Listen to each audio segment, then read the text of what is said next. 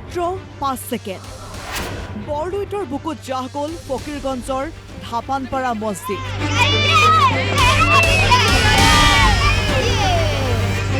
বৰলুইতৰ কালৰূপী খহনীয়াত নিমিষতে নাইকিয়া হ'ল বহু পুৰণি মছজিদটো।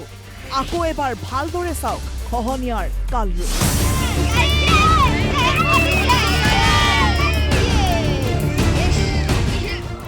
বহু বছৰ ধৰি খহনীয়াই নিদ্ৰাহৰণ কৰি আহিছে ধাপানপাৰা অঞ্চলৰ ৰাইজৰ। পূৰ্বে মছজিদটোৰ এটা অংশ উটুৱাই নিছিল বৰলুইতে। সমান্তৰালভাৱে নৈৰ বুকুত জাহ গৈছে শৈক্ষিক প্ৰতিষ্ঠানৰ লগতে দোকান পোহাৰ। খহনীয়াৰ বাবে অন্য ঠাইলৈ স্থানান্তৰ হৈছে অঞ্চলটোৰ বহু লোক।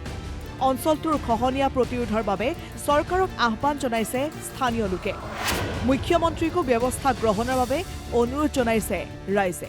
চৰকাৰক অনুৰোধ জনাম যে আমাৰ প্ৰতি বছৰেই শ শ পৰিয়াল গৃহহীন হয়, বেলেগ জায়গাত স্থানান্তৰ কৰি ঘৰ বাৰী ভাড়া মাটিত থাকিব লগা হয়। আমি চৰকাৰৰ প্ৰতি আশা আছে যে আমাৰ ইয়াতে এডিবিৰ কাম এটা হোৱাৰ কথা আছিল, যোৱা বছৰ বিধানসভাত উত্থাপন হৈছিল। গতিকে আমি চৰকাৰক অনুৰোধ জনাম তথা জলসম্পদ বিভাগক অনুৰোধ জনাম যে অতি সোনকালে এডিবিৰ কাম মোকলাই দিলে যাতে আমাৰ বৃহত্তৰ অঞ্চল গৰাখহনীয়াৰ পৰা স্থায়ীভাৱে সমাধান পায়। এয়া আমি চৰকাৰৰ ওচৰত আমি কৰজোৰে অনুৰোধ কৰিছোঁ। যদি এনেকৈ খহনীয়া হৈ থাকে তেন্তে শীঘ্ৰেই বৃহত্তৰ ধাপানপাৰা অঞ্চল জাহ যাব বৰলুইতৰ বুকুত। ফকীৰগঞ্জৰ পৰা নুৰুদ্দিনৰ ৰিপৰ্ট, অসম লাইভ 24।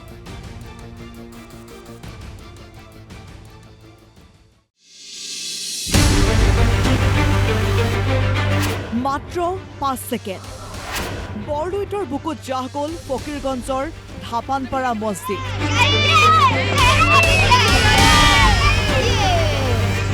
বৰলুইতৰ কালৰূপী খহনীয়াত নিমিষতে নাইকিয়া হ'ল বহু পুৰণি মছজিদটো। আকৌ এবাৰ ভালদৰে চাওক খহনীয়াৰ কালৰূপ।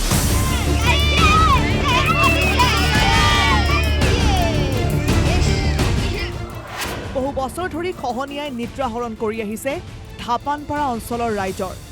পূৰ্বে মছজিদটোৰ এটা অংশ উটুৱাই নিছিল বৰলুইতে।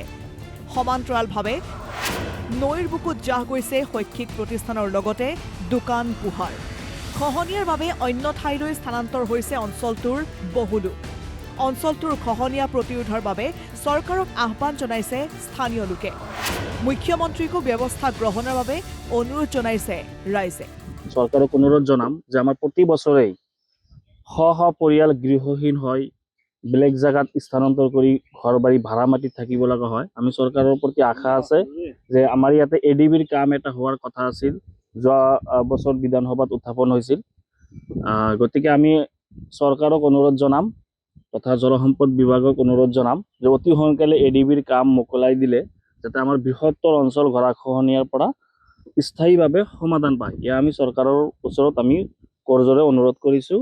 যদি এনেকৈ খহনীয়া হৈ থাকে তেন্তে শীঘ্ৰেই বৃহত্তৰ ধাপানপাৰা অঞ্চল জাহ যাব বৰলুইতৰ বুকুত।